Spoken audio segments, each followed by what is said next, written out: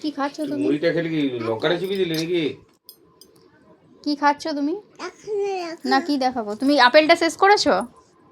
দেখি বাটিটা নিয়ে এসো, যাও দেখি আপেলটা শেষ করেছো কিনা। যাও বাটিটা নিয়ে এসো। কত দেরি?